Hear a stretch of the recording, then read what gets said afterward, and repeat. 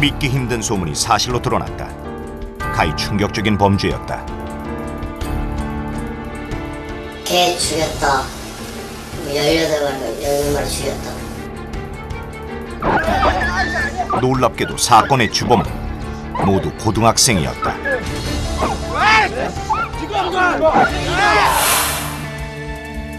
죽은 채 발견된 강아지의 몸에는 학대 흔적이 역력했다. 무자비한 폭행이 있었던 것이다. 한 동네의 강아지들을 잇따라 죽게 만든 연쇄 도살 사건.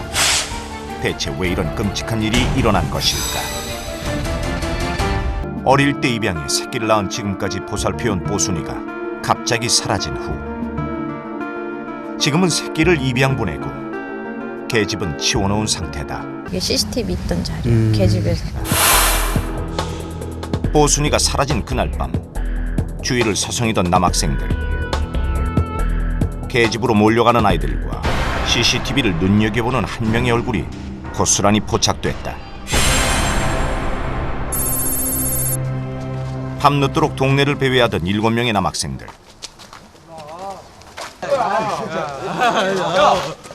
PC방에 나갈까? PC방? 아, 오늘은 그것도 재미없다.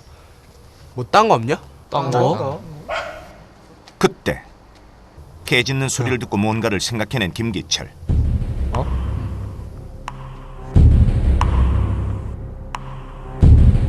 그 위험한 생각을 실행에 옮기기 위해 남학생들은 계집으로 접근했다.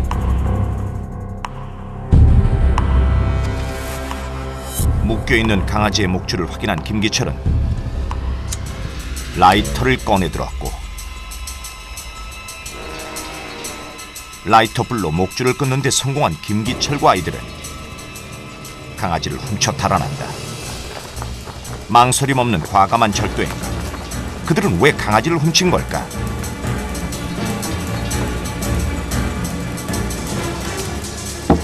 아이들이 강아지를 끌고 간 곳은 인적이 없는 공터. 그곳에서 그들의 광란이 시작됐다. 그들은 힘없는 강아지 한 마리를 둘러싸고 무차별하게 발길질을 해댔고 분풀이라도 하듯 강목으로 때리고 던지면서 가혹한 학대 행위를 이어갔다. 피투성이가 되도록 폭행을 당한 뽀순이. 그 상태는 처참했다. 대체 뽀순이는 얼마나 학대를 당한 것일까?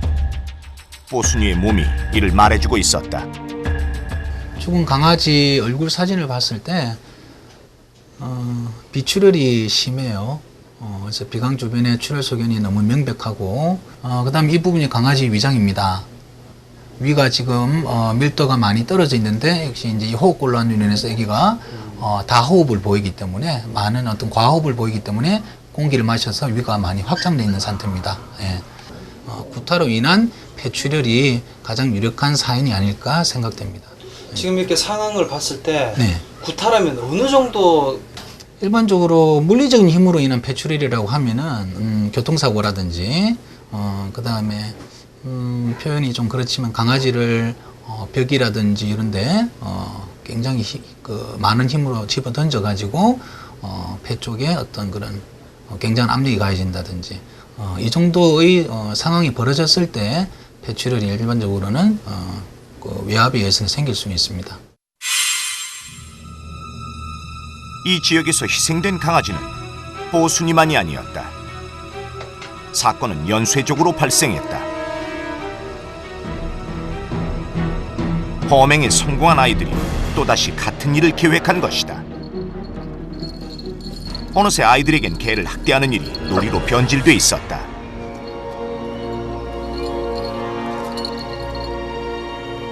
집 밖에 묶여있는 강아지들은 모두 범행의 대상이 됐다.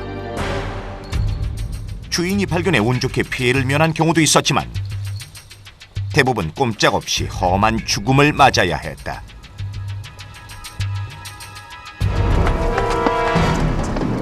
그렇게 한 달 동안 희생된 강아지는 무려 10마리가 넘었다. 결국 경찰 조사를 받게 된 아이들.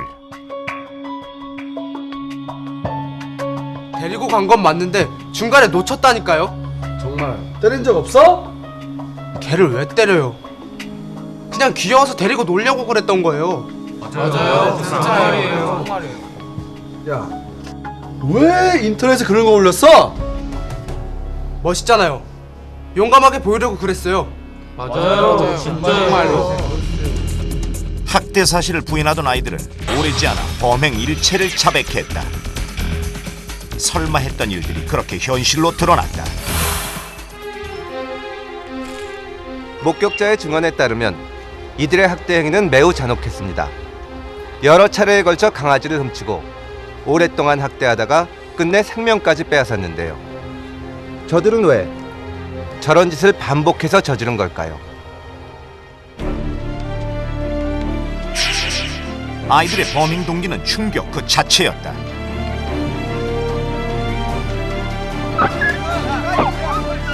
강아지를 학대하고 목숨까지 앗아간 잔혹한 행위가 단순히 재미를 위해서였다고 말하는 아이들.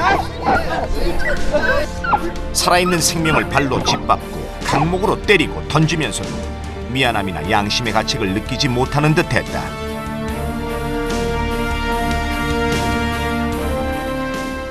재미삼아 살아있는 생명을 죽게 하는 것이 어떻게 가능한 일일까? 타인 또는 타 생명체의 고통을 이해하거나 공감할 수 있는 능력. 분명히 이제 그런 과정 속에서 굉장히 고통스러워하는 소리라든지 몸짓이나 행동들을 그 친구들이 다 봤을 거란 말이에요. 그럼에도 불구하고 그걸 반복적으로 했다는 것은 공감 능력이라고 하는 사람이라면 갖춰야 될 가장 기본적인 그런 태도를 갖지 못한 데서 오는, 어떤 면에서 보면은 정상적인 심리 발달에 벗어나는 어떤 병적인 심리를 표현하는 그런 행동일 수도 있습니다. 치료가 필요한 정도라고 생각을 하시는지. 저는 분명하다고 생각합니다. 그러니까 분명히 이런 아이들이 나중에 치료를 받지 않게 되면, 현재는 애완동물을 가지고 학대를 하는 정도에서 그쳤지만, 이것이 이제 좀 더 확대가 된다면 자기보다 약자, 자기가 쉽게 다룰 수 있는 대상이라면 어떤 대상이든 쉽게 자기가 그런 고통을 줘도 괜찮을 거라는 생각을 할 수 있거든요.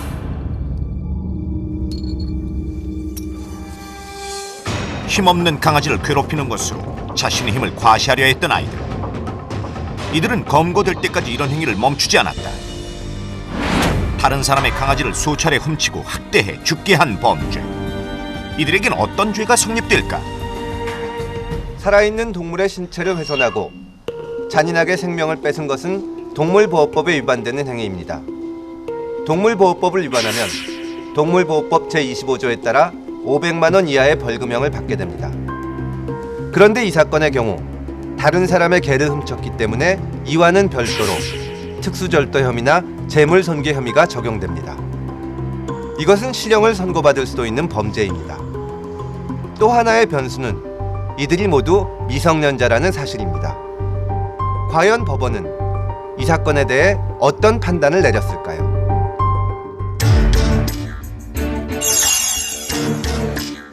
지검은 이들의 범행 동기가 지나치고 수법이 잔혹해 실형을 구형했으나 재판부는 학업을 계속해 사회 구성원으로 살아가고자 하는 이들의 열망을 잠자 소년부에 송치한다고 판결했다. 이러한 동물학대 사건은 꽤나 빈번히 발생한다. 동물보호법에 의하면 동물학대에 대한 최고 수준의 처벌은 벌금 500만 원 이하. 이런 미비한 처벌 때문에 동물학대 사건이 늘고 있다는 지적이 이어져 왔다. 올 7월부터 정부는 자신의 동물이라고 하더라도 학대를 하고 죽게 하면 1년 이하의 징역 또는 1,000만 원 이하의 벌금에 처할 수 있도록 동물보호법을 개정했습니다. 내년부터는 동물학대에 대해서도 실형을 선고할 수 있게 된 겁니다. 이처럼 처벌이 강화된 것은 그만큼 잔인하게 희생된 동물이 많아서일 겁니다. 법 개정이 반가운 한편 씁쓸해지는 이유입니다.